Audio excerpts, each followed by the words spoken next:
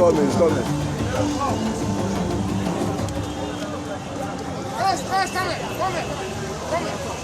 come here. Hello. Yes, come here, all of you. Come here. Hello, sir. Are you there?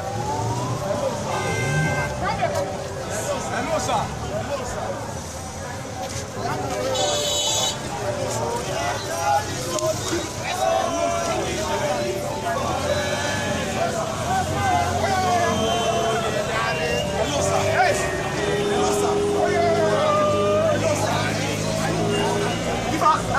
Have a discussion. If I make any arrest, you are violating the law.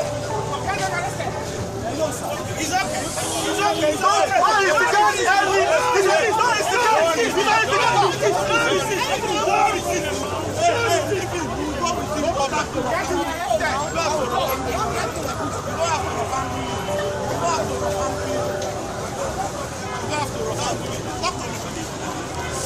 Listen, wait,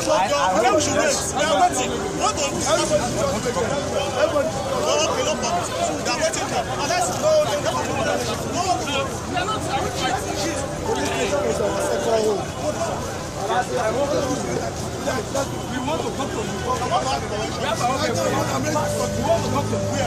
That's why we are here.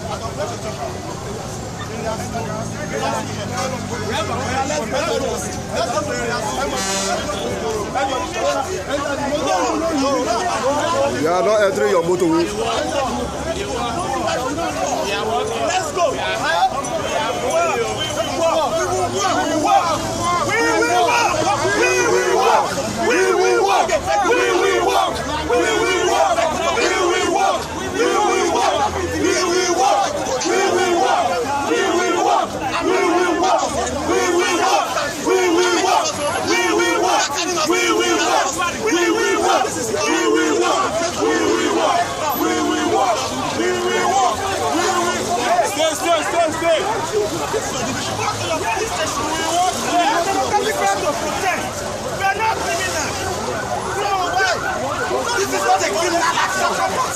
Why are you avoiding it?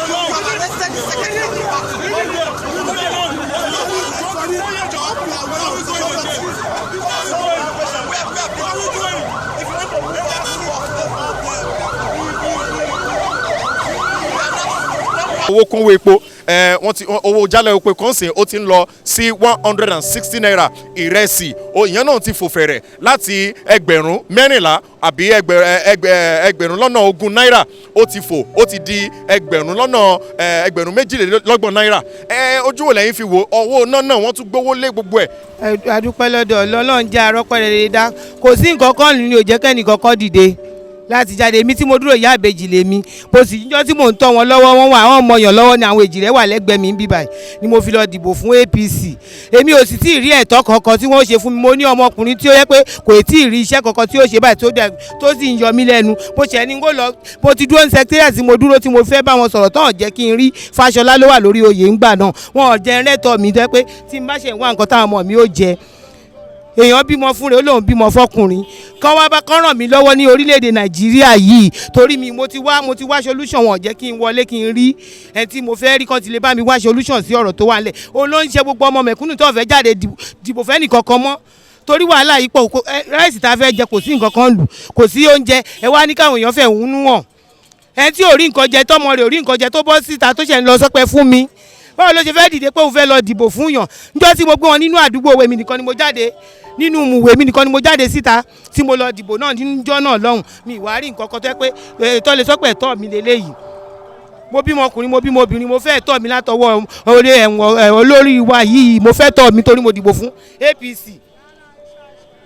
ẹjọ́ torí Ọlọ́run wá ní wọ́n bá yín pàdé ni torí mò ń jáde lọ ibi ọlọ́mọlé ní láàárọ̀ yìí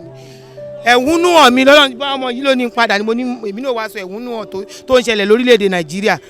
torí ẹni tí ò ní ẹnìkan ó gbọ́dọ̀ lọ́lọ́run sọ̀rọ̀ mi ti ń yẹ ẹjọ́ torí ọlẹ́ bá mi sọ fún olórí wa tó wà lórílẹ̀‐èdè kó bá mi wá solution èmi ìyá àbèjì àwọn ọmọ yẹn wà lẹ́gbẹ̀ẹ́ mi bíbáyìí kó bá mi wá solution sí ọ̀rọ̀ mi torí ẹni tó ti bímọ ó ti mọ̀ pé nǹkan kan làwọn ọmọ fáwọn ọmọ jẹun ò sí lè ṣe ntí tọ́lọ́run ò fẹ́ fún àwọn ọmọ tọ́mọ ntí fi wá táwọn ọmọ ẹ̀kọ́ dàkú kọjọ kan ràn mí lọ́wọ́ kọ́ ṣàánú mi kọ́ jẹ́ rí ntí fi táwọn ọmọ yìí ṣé ó ti yé yín ẹ dákun o ó hẹ́ lórílẹ̀‐èdè nàìjíríà gẹ́gẹ́ bí ẹ ti ṣe mọ̀ ìkànnì Kílárí Gbọ́ náà la wà orúkọ tèmi ni AY Bello the star boy presenter yín náà rí agbègbè bẹ́gà náà la wà wá eléyìí tó jẹ́ wípé atúnika tó wá fi ọ̀rọ̀ wá àwọn ènìyàn wa lẹ́nu wò àwọn ọlọ́pọlọ àwọn onímọ̀ àwọn olóye tí wọ́n jẹ́ ọmọ orílẹ̀‐èdè nàìjíríà ẹ gbọ́ kí ló ṣẹlẹ̀ gan-an torí ní ọdún 2012 eléyìí tí ààrẹ Goodluck Jonathan léyìí tí wọ́n gbé owó lé orí owó epo léyìí tí wọ́n sì ń tajálá epo kan ní 145 naira nígbà náà léyìí tí wọ́n sì sọ wípé táwọn èèyàn sì jáde tọ́túyáyà tí wọ́n kígbe pariwo àmọ́ ní báyìí ààrẹ tí ń ṣe ààrẹ orílẹ̀-èdè nàìjíríà lọ́wọ́ yìí ajagun fẹ̀yìntì Muhammadu Buhari àwọn náà mà ló tún ti fò fẹ̀rẹ̀ wọ́n bù ṣe gàdà wọ́n bù ṣe gèdè wọ́n gbé owó lé owó epo léyìí tí àmọ́ra jálá epo kan ní orílẹ̀-èdè nàìjíríà ní 145 àmàṣẹ parí coronavirus òun náà mà làwọn ọ̀rọ̀ eléyìí tí àwọn ọmọ orílẹ̀-èdè nàìjíríà ń sọ lásìkò yìí ẹ má gbé kúrò lórí ìkànnì Kílárí Gbọ́ ọ̀rọ̀ má pọ̀ nínú ìwé kọ́bọ̀ ẹ̀já tún gbọ́ ohun táwọn èèyàn tún ní sọ.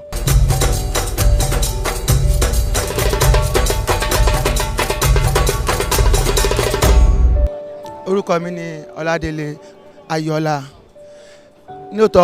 ọmọ orílẹ̀-èdè Nàìjíríà ni mí ọmọ bíbí ilẹ̀ Yorùbá ni mí but everybody wọ́n bẹ̀rù láti sọ tẹnu wọn àti pé àwọn nǹkan tí à ń sọ tó bá ń jáde bí wọ́n ṣe ń rí wọ́n máa mọ̀ wípé inú ń bí àwọn aráàlú ebi ń pa wá gan mọ́tò ni mo ń wà àtìgbà tí ń wa mọ́tò èmi kò ra mọ́tò rí èmi mo ń wà fún yàn ni tẹ́lẹ̀tẹ́lẹ̀ àtìgbà tí mọ́tò mi ti bàjẹ́ láti bí 2 months mo rówó ṣe gbogbo nǹkan tó ń ṣẹlẹ̀ nílùú náà ni wọ́n tún lè po wọn ṣé èrò tí ò jáde la fẹ́ gbé à ń gbèrò tẹ́lẹ̀tẹ́lẹ̀ tó di pé epo wọn à ń gbèrò 25 nísìnyí báyìí àfẹ́ mọ́ gbèrò 4000 wọ́n ní irọ́ àwọn èrò náà ń pariwo mọ́ wa ìjọba náà ní kẹ́ bá wa bẹ̀ ìjọba ní kẹ́ bá wa bẹ̀ everybody ń bẹ̀rù láti sọ̀rọ̀ ni tó bá yẹ ìyá everybody máa sọ̀rọ̀ tó bá dé stage kan everybody gan àní dúró de anybody mọ́ everybody máa jà fún rẹ ni kì í ṣe pé a máa pẹ́pẹ́ kankan kálukú a máa jó sẹ́yìn ara wa láti sọ pé ọ̀ya ká máa sùn bẹ́ẹ̀ ẹ wo nǹkan tó ṣẹlẹ̀ ní Ghana nígbà yẹn bóyá nǹkan tó ń sì máa padà ṣẹlẹ̀ ní country yìí nìyẹn àwa gan ò bẹ̀rù mọ́ báyìí ìgbà yẹn là ń bẹ̀rù àbẹ̀rù mọ́ báyìí tó bá ṣẹlẹ̀ ló ti ṣẹlẹ̀ nìyẹn ebi ń pa wá o ebi ń pa wá àríyàn kan jẹ ẹyẹ kan mọ̀ pé ebi ń pa wá àríyàn kan jẹ báyìí àwa gan àti fẹ́ dọ̀ gbogbo èrò ọkàn wa báyìí níbi tó bá já sí ó já sí nìyẹn wọ́n ní wọ́n ń pa wọ́n náà tí wọ́n ń pa wọ́n náà ọkàn wọn tún balẹ̀ ń bẹ̀ ilẹ̀ Yorùbá tí wọ́n ti pa wá nìsín ṣọ́kàn wa balẹ̀ ni 5 o'clock ni mò ń jí jáde pàtó wọlé padà ní 8 o'clock still náà 2000 ní ọ̀bà mi wọlé ìyàwó ń bẹ́ẹ̀ lé ọmọ bẹ́ẹ̀ lé mo kì í sọ ọmọ kékeré mọ̀ náà ìyàwó ń bẹ́ẹ̀ lé ọmọ bẹ́ẹ̀ lé mo mọ nǹkan tó yẹ kí n wọ́ọ̀tì náà èyí náà wò wàhálà náà ni kò síṣẹ́ kò sí ìran kan àṣà ní para wa mọ́tò tá a tún fi pa ọ́dà epo tún wọ́n èrò ọwọ́ wọlé látàárọ̀ nọ́mbà 4 ló ń lòdù yìí tí kò ṣèrò ṣùgbọ́n yóò tó bá lọ ni mọ́tò ń bẹ́ẹ̀ bẹ́ẹ̀ tí ó kàn mí látànà òní ní ìsinmi tí mo bá máa lọ mìíràn kan tẹ́ pé pò wọn everybody máa travel business máa lọ bó ṣe ń lọ tó bá yẹ pé ẹrù ń bá àwọn èèyàn ni láti daṣẹ́lẹ̀ everybody ìyanu máa ṣẹlẹ̀ ìgbà tá a lọ fún 3 months tí wọ́n ní ká máa ṣiṣẹ́ àjẹun àkú kò síjọba tó fẹ́ mi ní ẹ̀kan kò sẹ́ni bọ̀ wọ́n parọ́ fún wa pé a máa rówó nínú àkáǹtì àárín ẹ̀kan láti gbà yẹ àjẹun kò sí ẹ̀kan tó ṣe wa everybody tá bá daṣẹ́lẹ̀ tá bá ti gbọ́ tá bá fẹnu ṣe ẹ̀kan kan náà ní country yìí gbogbo ẹ máa lọ bó ṣe yẹ kó lọ wọn máa wá solution sí epo ẹ ti pọ̀ jù lóòótọ́ gbogbo èèyàn kan ló ń lo epo but everybody ló máa affect everybody ló máa ẹni tó bá pọ̀ òun ò lè epo rọ́ ló ń pa gbogbo nǹkan tó ń jẹ náà epo náà fi ń gbé wọlé ẹ bá wá solution sí ẹ bá bẹ̀ jọba kò sí nǹkan tá a fẹ́ sọ jù báyìí. In any government it's a two-way thing kí government tó take decision mo believe pé àwọn náà máa ti take necessary steps what we call palliatives kan tó lè ṣe irú nǹkan bẹ́ẹ̀ yẹn although if we want to grow as an economy ó láwọn risks no I call it risks tó yẹ ká take we need to also bear the burden for a while but tí government bá rí i pé ó ti ń press lórí àwọn citizen ẹ̀ jù then they should be able to offer palliatives more like shock absorbers before they take such necessary steps. Èmi máa ní káwọn our citizens if something we can bear let's just bear a bit. Mo believe pé every government has the what I will call the good of its citizens at heart. So if we can actually manage or bear and if it's getting too much then we can now protest. Ní tèmi o nǹkan tí mo rí nípa increasement nínú epo tó increase tí ò dẹ̀ jẹ́ kí àwọn èèyàn kọ́ sọ̀rọ̀ nípa ẹ̀ nǹkan tó fà á ni pé everybody mọ̀ pé president ó ń fight fún ó ń ṣe àwọn nǹkan kan tó jẹ́ pé ó dẹ̀ mú owó lọ a lot of things ló ń ṣe tó jẹ́ pé ó ń mú owó so nǹkan tẹ́mi feel ni pé àwọn owó kan tó yẹ pé ó yẹ kó ti lò tó yẹ pé ó yẹ kó help níbi side fuel ó dẹ̀ pé ó ti fi ń ṣe àwọn nǹkan kan òun ló ń jẹ́ kí owó kíní yẹn increase so everything tó lè balance kó tó lè balance képo tó lè padà sí normal I need láti gbogbo ẹ gbọ́dọ̀ balance papọ̀ gbogbo pé wọ́n ṣe ọ̀nà wọ́n ṣe train and all wọ́n ti máa ṣe because wọ́n yá owó ni they are borrowing money from other states like US lọ́ ti ń yá owó tó ti ń ṣe àwọn nǹkan báyìí so ó dẹ̀ affect lórí economy wa náà nǹkan tẹ́mi rò pé ó ṣẹlẹ̀. tí olówó náà dé yẹn gbogbo àná la rí bẹ́ẹ̀ lọ́rọ̀ epo náà bó ṣe wá gan wá pa ó bá ẹni fi tó dẹ̀ jẹ́ pé tá bá sọ pé a fẹ́ jà lásìkò ibi ti Jonathan àbí gbàjú tó yẹ pé a ṣe fẹ́ ṣe gbogbo nǹkan bẹ́ẹ̀ yẹn mo rò pé àwọn èèyàn ní time tá a wáyé sìn kò sówó kò sóúnjẹ kò sí kankan tí ẹ bá tẹ̀sán pé òun fẹ́ kú fẹ́ nìkan ṣẹ́nìkan àwọn gọ́ọ̀mẹ̀ntì àwa ń sìn yìí kó mi lè sọ pé bóyá bíi pé bóyá wọ́n ń lo àwa mẹ̀kúnnù wọ́n fi wá ṣe nǹkan kan ni I don't know because nísìnyí báyìí sìn gbogbo owó epo tó fi kún owó epo yìí sìn ó yẹ ká lè jà fún lóòótọ́ gẹ́gẹ́ bẹ́ẹ̀ ṣe béèrè but nígbà tí o sọ oúnjẹ ṣé èèyàn ẹni tí ò lówó lọ́wọ́ tí ò ní kankan tí ò tiẹ̀ nágbọ́kànlé kankan ṣé òun ló máa sọ pé òun fẹ́ lọ fèsì kankan láti jà kò easy láti fèsì bẹ́ẹ̀ náà ẹni tó bá jẹun kan ló máa rántí pé ìjà ló kàn fún mi láti jà àbí pé bóyá mo rí owó kankan lápò pé òkè mi máa fi defend ara mi máa sọ pé òkè mi fẹ́ lọ fèsì nǹkan báyìí without any láìsí irú àwọn kan bẹ́ẹ̀ nothing tí mo rò pé ẹ lè ṣe because lọ́wọ́ tán gbé sí ìsìn báyìí sìn kò sí nǹkan wọ́n fowó kún epo kò sówó kò sí anything corona tó ẹ̀yìn pa ń tà ń sìn kò tí parí wọ́n fowó kún epo ẹlòmíì ò tí balance ti corona bá ṣe ń sọ yìí sìn ká má ti wá sọ pé bóyá kínní so nǹkan tó ṣẹlẹ̀ nìyẹn ní gbogbo gbàdá ń sọ yẹn gbájú Goodluck Jonathan yẹn kò sí bóyá crisis kan wà ń ta mẹ́ pé bóyá coronavirus kankan wà ń ta ń gbà yẹn so everybody agbára dìpọ̀ òkè anything tó wà tẹ̀ fẹ́ ṣẹlẹ̀ everybody I need time láti dúró ti kínní ṣé oúnjẹ ọ̀sẹ̀ kan àbọ̀sẹ̀ méjì ni oníkálukú nílé láti jẹ but this time around ta ló tún oúnjẹ owó náà dàtí wọn fẹ́ fi oúnjẹ sílé káwọn àti wá sọ pé so àwọn nǹkan tó fà á lóríṣiríṣi nìyẹn kò yẹ pé bóyá ó dùn mọ́ ọmọ Nàìjíríà because 100% Nigerians out of 99% èèyàn Nigerians mi ò rò pé bóyá kọ́lọ́run kó ṣàánú wa ni ó jẹ́ òṣìṣẹ́ ò jẹ́ ni so nǹkan bẹ́ẹ̀ so nǹkan tó fà á nìyẹn kò ṣe kó bóyá ohun ọmọ Nàìjíríà náà ní condition tí àwọn olórí wa tó ń gbé wa sí. I don't know whether the Nigerians are afraid. To me, it is not fair. One, they have stopped keke riders and Okada also because of this thing that is going on, the COVID-19 something. All the bus drivers, including BRT, they have increased their prices. Formerly, we used to enter Ikeja 100 naira, but now the BRT is 150. You heard when that bus driver was saying that the fare is 300 naira. Before, it was not like that. I never knew they have increased the fuel price. When I came I'm from Magboro, Ogun State. I boarded a bus there, 200 naira to Bega. From Bega here, I'm hearing Ikeja, 300 naira. It is very terrible. Nigeria should look into this. We are suffering. We also are the government. It's not only the people that are sitting up there that is the government. We also are the government. We have to come out and protest. Tí ó bá sí àrùn tó ń jà káàkiri tí ò jẹ́ káwọn ènìyàn kí wọ́n jà àìjẹ́ bẹ́ẹ̀ láàrin bí ọ̀sẹ̀ kan wọ́n gbé sókè wọ́n gbé lẹ̀ wọ́n tún fi kún láti 142 wọ́n dá padà ìgbà tó máa yá wọ́n ló di 150 wọ́n tún gbé láti 150 ó di 160 ìyàlẹ́nu ló jẹ́ bẹ́ẹ̀ náà lówó mọ́tò ṣe máa lọ sókè àbí nígbà tí mo ra 10 litre ní 1600 tí mo dẹ̀ fẹ́ lọ trip méjì péré nínú ẹ̀ tí mo dẹ̀ ń láti pa 1600 yẹn ibi tí mò ń gbé ní 50 naira ẹ lérò pé mo lè gbé 50 naira mọ́ nígbà tó epo ti lọ sókè mi ò ní gbé 50 naira mọ́ èmi náà máa fowó kun tó bá fẹ́ bá mi jà máa sọ fún epo tí ó wọ́n kì í ṣẹjọ́ ti tèmi àìlèfẹ́ ronú àwọn ìjọba àwọn aráàlú wọn ó ní nítorí àrùn coronavirus tó wà níta ìyẹn ní ìkejì ń bẹ ni pé tí ó wà ní ipò ìwọ̀n ò sọ fún wọn tẹ́lẹ̀tẹ́lẹ̀ tó rántí mọ̀ pé tó bá sọ fún àwọn corona wà o corona ò sí o àwọn èèyàn á jà lórí ẹ̀ ẹ wo rúdísù nísìnyí láti ọdún kẹjọ 180 190 200 àrípa kankan lórí ẹ̀ rárá kí ni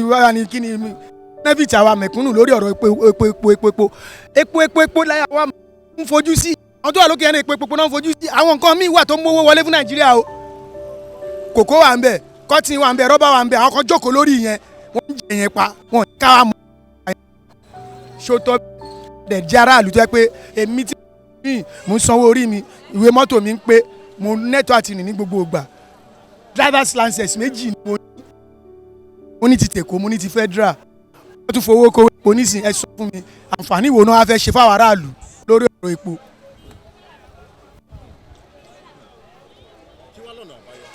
ọ̀nà àbáyọ tí wọ́n wá ní kí gbogbo àwọn onímọ́tò kó mọ́tò kúrò ńlẹ̀ ìyà máa jẹ àwọn aráàlú mọ́tò tí wọ́n fi mẹ́ǹtẹ́ẹ̀nì nísìnyí wọ́n ní kí wọ́n máa kó àwọn kó mẹ́rin méjì náà làwọn ń kó méjì tá à ń kó ọ̀nṣọ́ tí nígbà tí wọ́n ní kí gbogbo àjọ máa kó méjì tí mọ́tò wọn kó méjì ọ̀sẹ̀ méjì pé mọ́tò wọn lò tán fi sọ pé kò pé àwọn ṣọ́ọ̀tì lórí owó epo wọ́n ti fo sí àwọn tí ń kó mẹ́rin nísìn wọn bí àwa rí pé kála fẹ́ kó mẹ́rin mọ́tò tó bá kó mẹ́rin wọ́n á dá dúró wọ́n á mú wọ́n á san fáìn tó bá kó mẹ́ta tó bá ṣe pé bóyá ó gbé ọlọ́pàá tàbí ẹni kákí ọ ní yunifásitì mọ́ kò láǹfààní àti pé bóyá ó tiẹ̀ fẹ́ gbé ẹyọ kan lé lórí méjì tán ní ká máa gbé ẹni bí mo ṣe ń kọra mọ́ ìyá tó mọ́ ọmọ ẹ̀dá nísìn kó gbọ́dọ̀ sanwó fún ọmọ ẹni ṣó yẹ kó rí bẹ́ẹ̀ ṣá àǹfààní ìlú àárí jẹ epo ni kán ṣàfowókun wọ́n tún sì sọ pé kò tí ì dúró ẹjọ́ kan bá wá nǹkan ṣe. Buhari ní nǹkan tóun ṣe for now pé àti lè mọ̀ ń sìn pé later nǹkan tí wọ́n ń ṣe yìí everybody ló máa realize pé nǹkan tó ń ṣe pé lọ́jọ́ iwájú but for me èmi ò believe pé NSC wà báyìí Nigeria Labour Congress mi ò believe kan wà kan tèmi fi sọ bẹ́ẹ̀ ni pé for 2012 bẹ́ẹ̀ ṣe sọ yẹn almost 2 weeks náà fi ṣe rally against President Goodluck Jonathan gbà yẹn tó ní ànígbà àníṣe ànímọ̀ okay now wọ́n dẹ̀ ní ìgbà yẹn ká gbà pé wọ́n ti yọ subsidy yẹn for now gan because the same thing don sọ sí pé wọ́n fẹ́ yọ subsidy náà làwọn yẹn sọ ń gbà yẹn let's assume pé ìgbà yẹn la ti kúkú àbá pẹ̀lú wọ́n fẹ́ yọ subsidy by now àti balance kò sí creation kankan bẹ́ẹ̀ for me for NSC ní ti tèmi èmi believe pé àwọn tó ń ṣèjọba ń sìn gan don sponsor àwọn NSC nígbà yẹn because there's no NSC now kò síbi tí NSC lè sọ wípé ok ẹni tí tábà gbé wá báyìí NSC ó ti àbáyé pẹ̀lú ẹ̀ tábà náà fẹ́ strike lọ́la wọ́n fẹ́ gẹ̀ẹ́sì gọ́ọ̀mẹ̀ntì lọ́la wọ́n á ní wọ́n ti lọ sọ̀rọ̀ lálẹ́ wọn kò sí action kankan mọ́ the following day so to me this government tó ń lọ àwọn ní ọ̀gá àwọn NSC nígbà yẹn against past government that is me. orúkọ mi ni Suraju Ariyo táyé ṣe nílùú ìṣẹ̀rí òkè church kò sí nǹkan méjì tèmi lérò pé bí ẹ mọ̀ kọ́lọ́ ń fi gbogbo nǹkan dẹ̀ wá lọ́rùn ní Nàìjíríà yìí ni ẹni tó máa bá wa ṣe Nàìjíríà wa yìí àìtí mọ̀ Ọlọ́run nìkan ló lè yàn fún wa torí àwọn olórí ta ní tàpọ̀ ara wọn ló ń dù tàpọ̀ ara wọn ṣẹ́rí owó epo tán fi lé yẹn èmi kì í má parọ́ wọ́n fi ní gbogbo àwọn ọmọ aráàlú lára ni kò dùn mọ́ aráàlú nínú torí because gbogbo nǹkan tó yẹ kó wà ní normal tẹ́lẹ̀ ó ti wá di increase gbogbo ẹ̀ ti gbówó sókè sí tí ó dẹ̀ yẹ kó rí bẹ́ẹ̀ owó tó fi sórí epo yìí sìn ó pè àwọn olówó kò pè àwọn mẹ̀kúnnù because ìsìn tí mẹ̀kúnnù bá jáde wọ́n lè nà fa wàhálà kiri láàrin àdúgbò ni pé àìrí wọn ti dá ráyọ̀ tilẹ̀ wọ́n ti ṣe kinní wọ́n fẹ́ ṣe gbá ẹni tí ó dẹ̀ níyàn lẹ́yìn kò gbọ́dọ̀ jàjẹ̀bi àwọn olówó ló pè fún kò pè fún àwọn mẹ̀kúnnù kò sẹ́ni ọmọ ọ̀dọ́ kan sì tó bá kóra wọn jọ pé ewé epo yìí ó ti wọ́n jù ó ní wá lára ọlọ́pàá wọ́n lè máa kó wọn pé wọ́n ń dàlúrú òun ló ní kálukú ṣe gbà pé ká ṣàfaramọ́. ṣe rí orílẹ̀-èdè Nàìjíríà mo rí i pé ó jẹ́ orílẹ̀-èdè tó ṣe pé Ọlọ́run fẹ́ràn gidi gan tọ́lọ́run dẹ̀ bless in so many ways pẹ̀lú gbogbo wọn àlùmánì àti ọrọ̀ ajé tó ṣe pé ó múnádóko táwọn èèyàn tún wá láti ìlú míì láti wá wo nǹkan tó lè mú bí tó di ọrọ̀ ajé ìlú wọn for instance like Malaysia wọ́n ní there was a year tó wá sí Nàìjíríà tó pé bí náà ti wá mú èkùrọ́ tó ṣe pé àwọn àní tá à ń gbìn lẹ́ńkùlé tiwa wọ́n dẹ̀ mú lọ ìlú tiwọn ó di ohun tó di ọrọ̀ ajé fún wọn lẹ́yìn tẹ́ pé wọ́n lè fi ẹ̀yìn àti èkúrọ́ yìí kàn fi ṣe àwọn orílẹ̀-èdè tó jẹ́ neighboring country wọn láǹfààní ẹ ti understand bẹ́ẹ̀ Nàìjíríà á rí i pé kò sí olórí tó ṣe wípé ó ní ìbẹ̀rù Ọlọ́run kò sí olórí pé tó ro tọmọlàkejì mọ́ tiẹ̀ kò sí olórí pé tó yẹ pé tó bá jí láàárọ̀ ó wò pé báwo ni nǹkan ṣe ń lọ ní orílẹ̀-èdè ìdí pàtàkì tó ń fi jẹ́ olórí kò mọ̀ nítorí wà ń bẹ̀ fún ni pé kàn ṣáà ti kó owó kàn ti lọ kó sínú yàrá kàn tó èsì sí kéèyàn jó lórí ìlú kó máa fi owó kó máa fi púlíọ̀n van kówó lọ ní ilé kéèyàn jó lórí ìlú kó máa mú mo rí ibi tẹ́ pé wọ́n kó owó kàn kó sínú yàrá wọ́n dẹ̀ tó èsì sí àwọn yàrá wà ń lù tẹ́ pé kò rí oúnjẹ 3 square meal jẹ you understand so gbogbo nǹkan yìí ó ti wà jàǹpá débi pé wọ́n ti dẹ́rù sí àárín ẹni tó fẹ́ fẹ́ òun hàn sí òtún tó máa fẹ́ òun hàn àárọ̀jọ́ kejì wọn ò ní jẹ́ kó wọ ọ́fíìsì ó máa lù sí iṣẹ́ ó yá báwo lè fẹ́ òun hàn ẹni tó fẹ́ òun hàn tó ní kọ́ lọ kí dábẹ̀ kọ́ lọ pàdánù báwo lè fẹ́ òun hàn so ó ti fẹ́ di pé bárakú pẹ́ àwọn èèyàn wọn mú nǹkan mọ́ra ni tẹ́ bá bi out of 100% Nigerians 99.9 Nigerians they are suffering but they can't say it àwọn ọ̀lẹ́ wọn ọmọ bí tó máa gbàjáde jẹ́ pé wọ́n máa bá ẹni tó yẹ pé oya ẹni tó fẹ́ complain sí ìwọ tó fẹ́ complain olówó ń bẹ ṣeré olóòṣe tó bá sọ dìjà ńkọ́ ẹ ti understand so ọ̀rọ̀ orílẹ̀-èdè kò yé èèyàn kankan máa fọ Ọlọ́run nìkan ló lè bá wa intervene sí Ọlọ́run nìkan ló lè mú wa kúrò lóko ẹrú yìí because eléyìí ò kì í ṣe democracy mọ́ ó ti di slave and masters ẹ ti understand ó ti di ọ̀hún bí gbàtà múyàn sóko ẹrú pé n tó bá ti ṣe yìí ó yá dandan ni ó láti ṣe tó bá ti ṣe ó yá firing squad ni tó bá ti ṣe olùṣiṣẹ́ ẹni ó yá báwo lẹni ẹ fẹ́ complain ẹ̀dì ẹ̀ta kó sínú kéjì tá à ń fún lóúnjẹ tí ó ráyè gan-an wò ta tó bá complain fọlọ́wọ́ ẹ̀ pípa ni. pẹ̀lú gbogbo protest àti ṣe sẹ́yìn náà really rí changes and